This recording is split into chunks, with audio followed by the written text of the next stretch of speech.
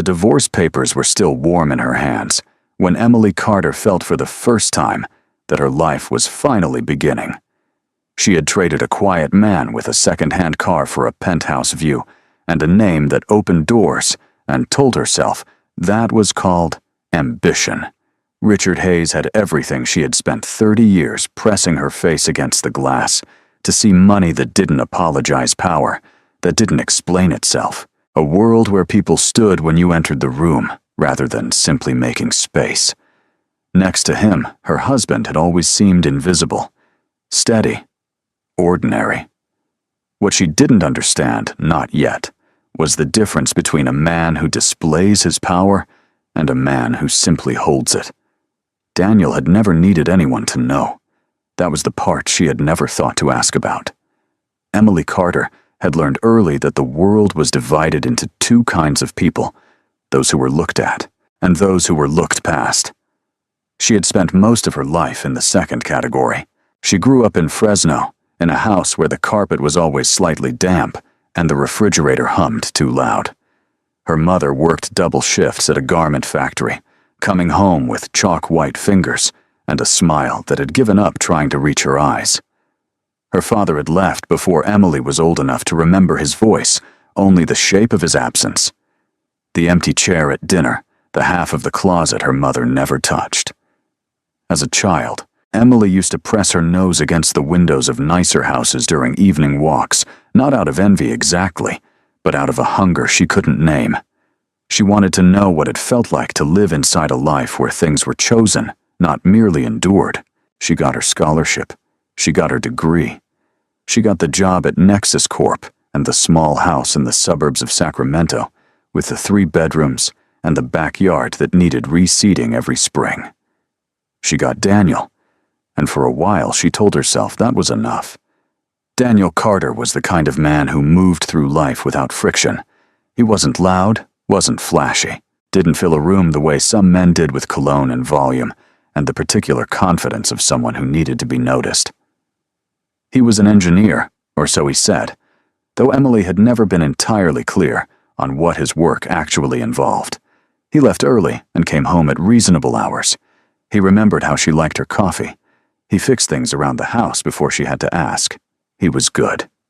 Genuinely, quietly good. And somewhere along the way, Emily had started to confuse goodness with smallness.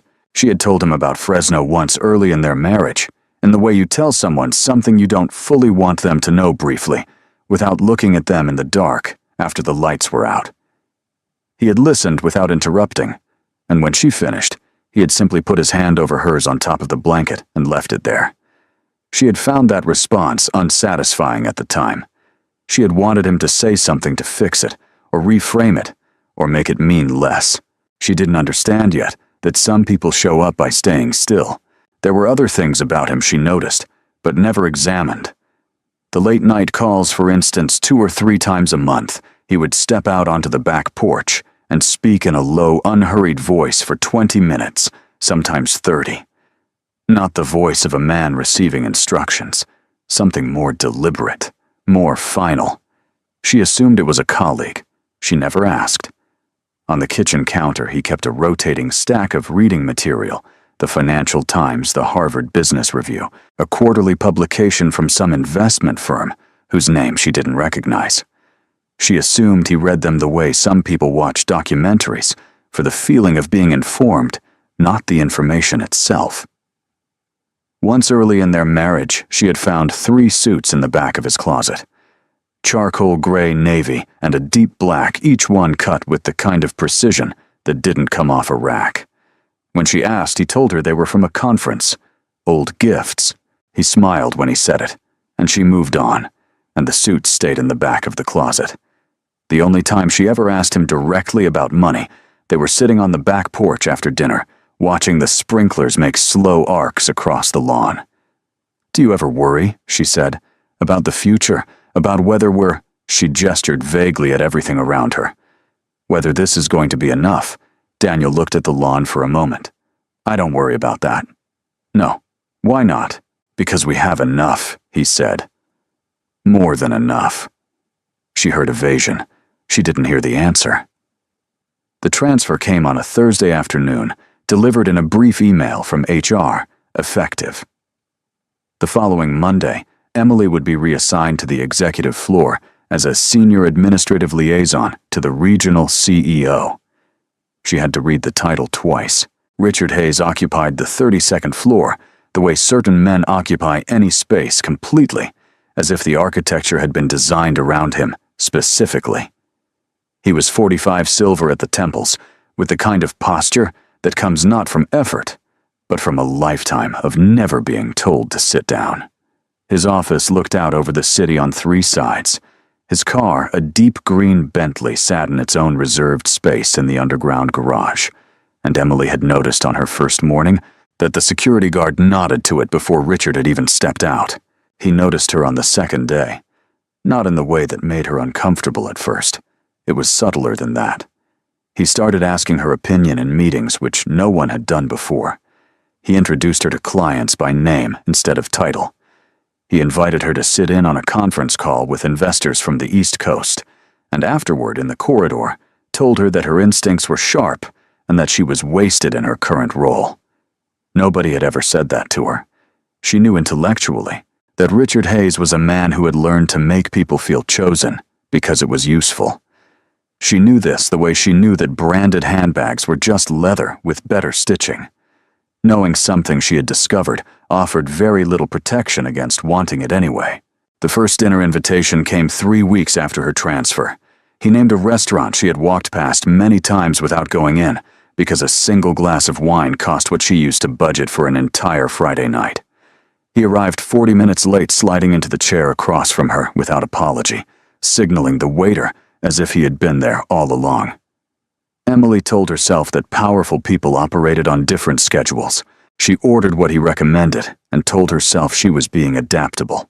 At the office, he cut her off once during a presentation. She was midway through a proposal when he began speaking over her, restating her point in slightly different words, as if it had just occurred to him. She saw 2 of her colleagues glance at each other. She smiled and let it go, and afterward told herself that was how things worked at this level. You had to earn the right to be heard. A month in, he gave her a gift, a structured handbag in cognac leather, wrapped in tissue inside a signature box. She recognized the brand immediately, the kind of thing she had photographed in store windows on her lunch breaks without ever going inside. "You should dress to match the rooms you're walking into," he said, watching her open it. "It makes a difference. People notice." She told herself it was thoughtful. She brought the bag home that evening and set it on the bedroom dresser. Daniel was reading in bed, glasses low on his nose, the Financial Times folded across his knee. He looked up, glanced at the bag, and said nothing. "From a client," she said. He looked at her for a moment, not accusingly, not suspiciously. Just looked. Then he went back to his page. She told herself that was exactly the problem. He never asked. He never pushed. He simply accepted everything she offered and expected nothing more, which should have felt like freedom, but felt increasingly like being unseen. Richard asked her directly on a Wednesday evening in the back of a car that smelled like leather and cold air. He wanted something real, he said. He was tired of half measures and convenient arrangements. He looked at her the way men look at things they intend to acquire, and she felt in that moment like the most visible she had ever been in her life. She went home that night and stood in the kitchen doorway watching Daniel. He was at the stove, making eggs for dinner, the way he sometimes did when neither of them felt like cooking anything real. He had his back to her. He was wearing an old gray shirt, the kind that had been washed too many times, and he was humming something low and tuneless under his breath. He turned when he heard her come in and said, "Hungry?"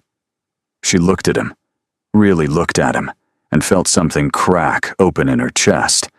Not love or what was left of it. Something older than that, the particular sorrow of a decision that has already been made.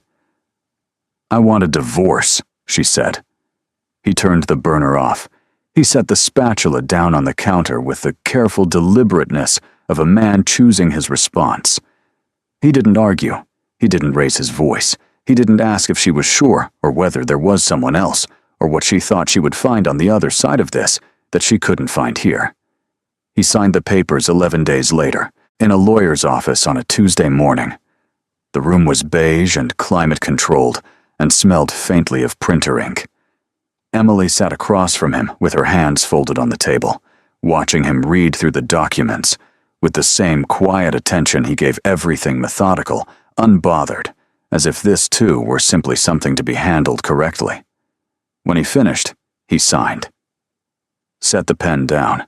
Then he looked at her across the table with an expression she could not name even later, when she tried not anger, not grief, not the devastation she had braced herself for, and perhaps in some small hidden way had hoped for. "I hope you find what you're looking for," he said. That was all. She told herself his composure proved she was right, that a man who could lose his marriage with that much quiet had never truly been present in it, that his calm was evidence of his limitation. She walked out of the lawyer's office and into the flat October sunlight, and felt the warm paper in her hands, and called it freedom. She didn't think about the suits in the back of the closet. She didn't think about the late-night calls, or the journals stacked on the counter, or the way he had looked at her when she brought home the handbag and said nothing at all. She didn't think about any of it. She was already looking ahead. The apartment was on the 28th floor, with floor-to-ceiling windows that looked out over the city like a promise kept. Emily stood at the glass on her first morning there and told herself this was what arriving felt like. For a while it was. Richard moved through her new life with the same authority he moved through everything else, decisive, frictionless, always slightly ahead of whatever room he was in. He took her to restaurants where the menus had no prices on the women's copies. He introduced her to people whose names she recognized from business sections of newspapers. He bought her things without being asked, which she had always imagined would feel like being understood. It felt instead like being furnished. The first sign came so quietly she nearly missed it. They were at a dinner with two of Richard's associates, men in their 50s, with the kind of tans that came from actual leisure, when Emily offered an observation about a project she had been working on. One of the men began to respond. Richard talked over both of them, steering the conversation somewhere else entirely, and afterward, in the car, told her that dinner wasn't the place for shop talk. She said she understood. The second sign came a week later. Richard asked who she had been on the phone with that afternoon. She told him it was an old friend from her previous department. He nodded slowly in the way people nod when they are deciding whether to believe something, and said he preferred she keep her social circle to people they both knew. It made things simpler, he said. She told herself that was just how private people operated. By the end of the second month, she had stopped offering opinions in meetings where Richard was present. She had learned through a series of small and bloodless corrections that her role in those rooms was not to contribute, but to represent, to sit beside him at the right angle, in the right clothes, and reflect well. She was not a person in those spaces. She was context. She thought sometimes late at night when Richard was asleep and the city glittered below her like something that belonged to someone else, about what she had imagined this life would feel like. She had imagined visibility. She had imagined being seen. She had not imagined that being seen and being known were two completely different things. She didn't allow herself to stay in that thought for long. She had made her decision with open eyes, she told herself. She was simply adjusting. The emergency executive meeting was called on a Thursday, with less than 18 hours' notice. Emily knew something was different from the moment she stepped off the elevator.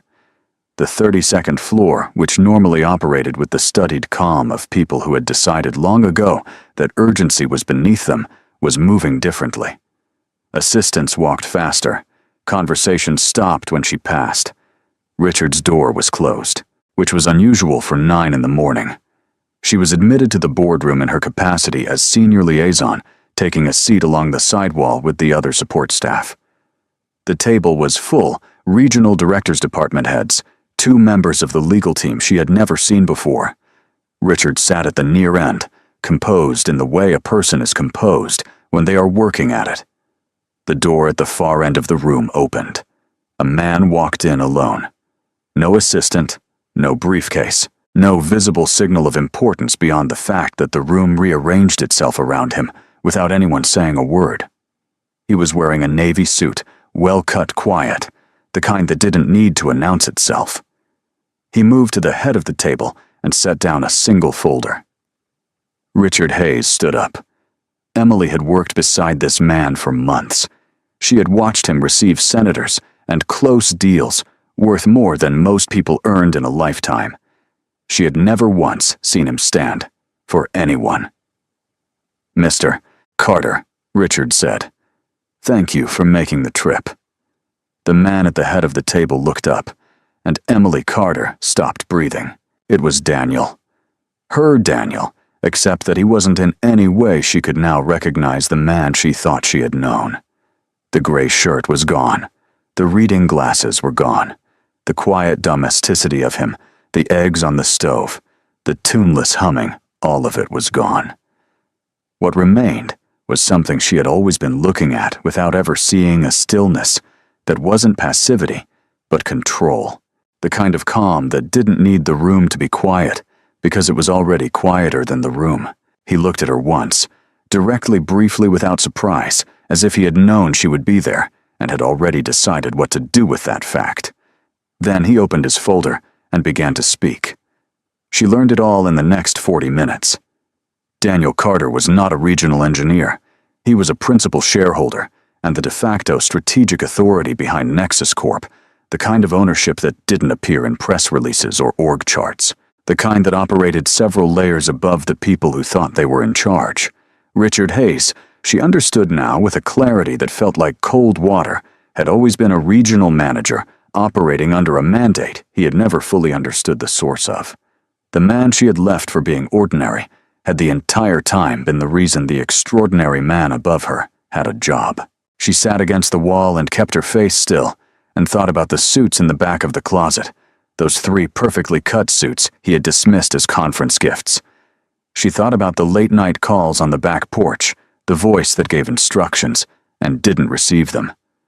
The way he had said so simply, "We have more than enough," and she had heard evasion when he had been telling her the precise truth. The meeting ended. People filed out with the particular efficiency of those who had just been reminded who they were actually working for. Emily waited until the room had mostly cleared, then crossed to where Daniel was gathering his folder. "Daniel," he looked up. His expression was courteous, professionally warm, exactly the expression you would use with someone you knew slightly and wished well. "Emily," he said, "I hope you've been well." 5 words, perfectly calibrated. She felt them like a door closing. She started to say something, she wasn't sure what. Something true, something that might reach back across the distance she had created. But Richard appeared at her shoulder. Jaw set, eyes moving between the two of them with a new and calculating attention. "I wasn't aware you two were acquainted," Richard said. Daniel looked at him with the same courteous neutrality. "We know each other," he said, and left it at that. After that morning, things moved quickly and badly. Richard, who had once told her she was wasted in her previous role, now found her skills adequately suited to it. Her access to executive meetings was quietly revoked. The invitations to client dinners stopped. She was reassigned to administrative coordination for a mid-level regional project, not fired, not demoted on paper, simply redirected in the way you redirect water, without drama and without asking its opinion. She understood what was happening. She had become a liability. Whatever Richard had believed about her connections, whatever calculus had made her useful to him, had been rearranged by the sight of Daniel saying her name without explanation. She was no longer an asset. She was a variable he couldn't control, and Richard Hayes did not tolerate variables. She tried once more to reach Daniel. She sent a brief email, professional in tone, asking if he had time for a brief conversation. His assistant replied the following day. Mr. Carter's schedule was fully committed for the foreseeable future, but she was welcome to submit any work-related concerns through the appropriate channels. She read it 3 times, looking for something to argue with. There was nothing. At home in the apartment, Richard's apartment, she reminded herself now, because her name had never been on the lease. She sat on the edge of the bed and looked at the cognac leather handbag on the shelf across the room. She had carried it every day for 2 months. She had believed when she received it that it meant she had crossed into a different category of person. She looked at it now and saw only what it was: a thing. Expensive, well-made, belonging to a version of herself she was no longer sure she recognized. 3 weeks later, the restructuring was announced company-wide. It was thorough and unapologetic. Daniel Carter assumed his formal role as executive chairman, a title that made visible what had apparently always been true. 2 regional directorships were dissolved. Richard Hayes was reassigned to a newly created advisory position, the kind of role that had a title and no actual authority, the kind that sophisticated organizations invented when they needed to move someone sideways without the optics of removing them. Emily read the announcement on her work computer in her reassigned office on the 14th floor, which had 1 window and looked out at the parking structure. She thought about the first night Richard had taken her to dinner, the way the room had rearranged itself around him, the way she had watched and thought, this is what power looks like. She understood now that she hadn't been watching power. She had been watching performance, and she had been so hungry for what it represented: the visibility, the arrival, the proof that she had finally crossed the invisible line she had been pressing herself against since childhood, that she had not thought to ask what was holding it up. Richard had been holding up a structure that Daniel owned, and she had left Daniel to get closer to the structure. She sat in her 14th floor office with its view of the parking structure and did not cry. She was not, she realized, in a place where crying was the right response.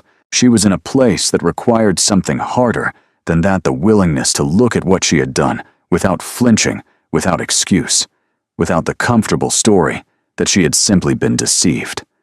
She had not been deceived. She had been exactly as perceptive as she chose to be. That was the thing she could not find a way around. She gave herself 2 weeks, 2 weeks to sit with it, not to grieve, not to plan, just to let the full weight of what she had done settle into her without flinching away from it. She moved out of Richard's apartment on a Saturday morning, packing what was hers into 4 bags, and leaving the cognac leather handbag on the shelf where she had found it. It wasn't hers. It had never been hers. It had been a costume she had mistaken for a life. She rented a room in a furnished apartment in Midtown, small, clean, anonymous, the kind of place that made no promises.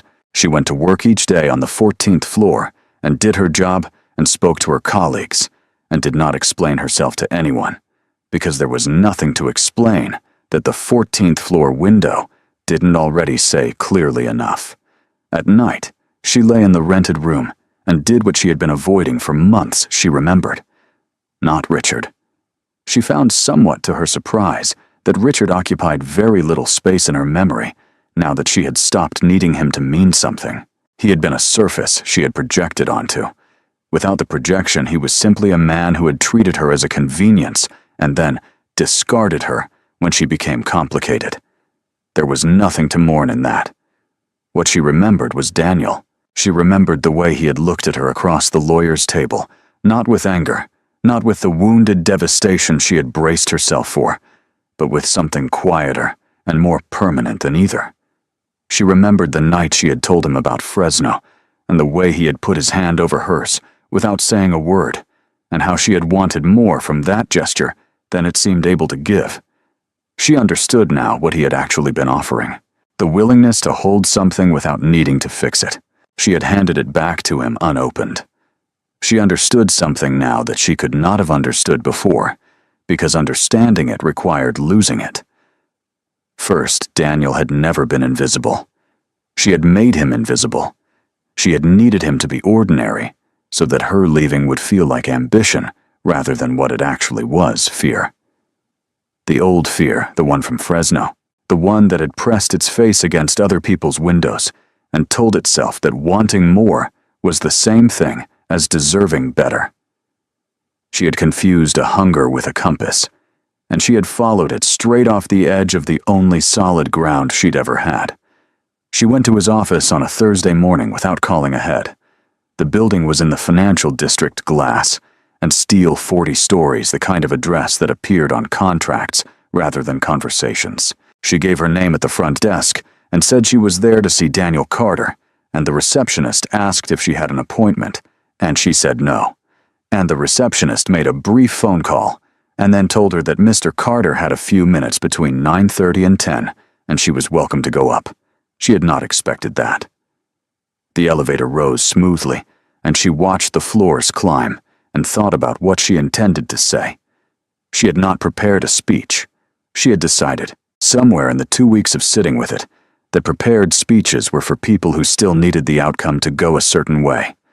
She didn't need it to go any particular way. She needed to say true things out loud to the person they were owed to. His office was on the 38th floor, larger than Richard's.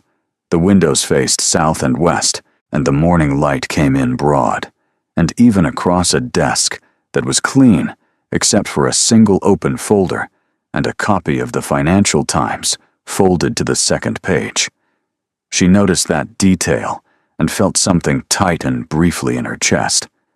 Daniel was standing when she entered.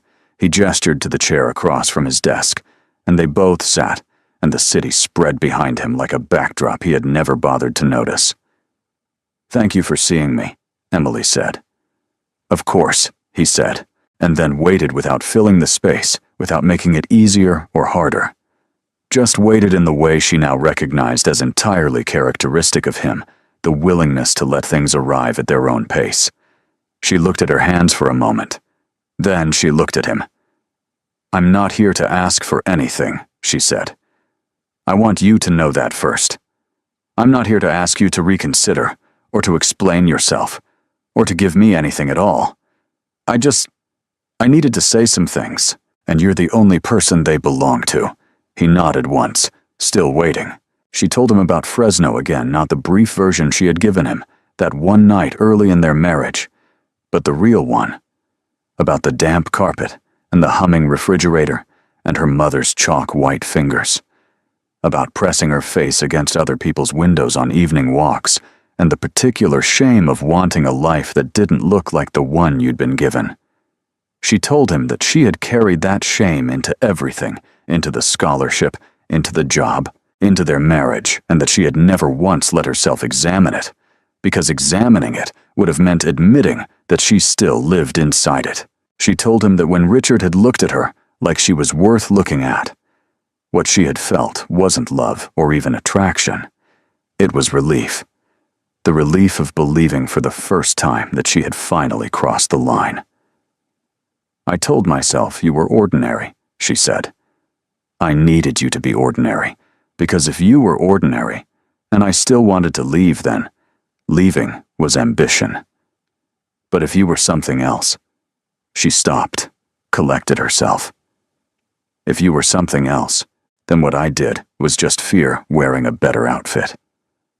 Daniel's expression hadn't changed. He was watching her with the same careful, unhurried attention. He had always given everything the same attention she had spent years interpreting as absence. She continued. "I didn't know what you were. That's true. But I also never asked. I never asked because knowing would have made it harder to leave, and I had already decided to leave before I had any honest reason to, and I think some part of me knew that even then.